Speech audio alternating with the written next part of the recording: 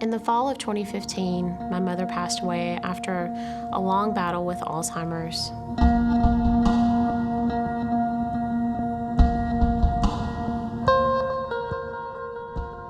To add to the emotional heartache of experiencing the loss of a loved one with this disease is the realization that at some point, Mom no longer recognized me or my family.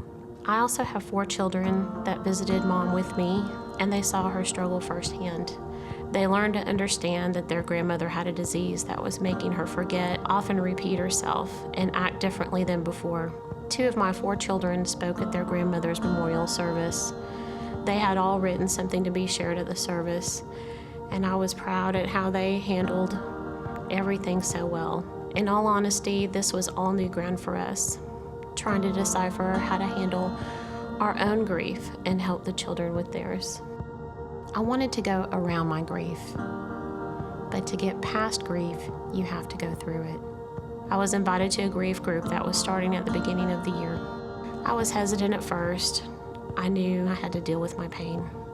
I'd never really lost someone close and didn't know much about the grief journey. My children were some of the first to go through an accompanying grief program for kids. They had an opportunity to share and talk about their loss as well. Kids handle grief differently than adults, so it may seem like they're fine most of the time, even if they're grieving. I noticed each of my children did respond differently to the grief, and as they attended the class weekly, they also learned how to express and understand more about their grief. The best outcome was how the class prompted a discussion on the way home each week. We'd talk in the car on the way home about what each of us had done in class, and it helped me to better understand how they felt. My husband and I were unsure of what we could do to help them through this loss, and the class was definitely an answer to our prayers.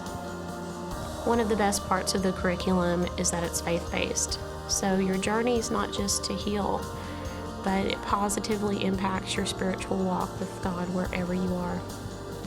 Everyone needs support in healing. It may seem like the easiest path would be to overlook your grief. It certainly seemed that way to me at first. I'm still on the journey daily, but when I look back, I realize I've traveled far already. Without the class, I would still be avoiding my feelings and pretending that I'm fine. My name is Michelle. I am you.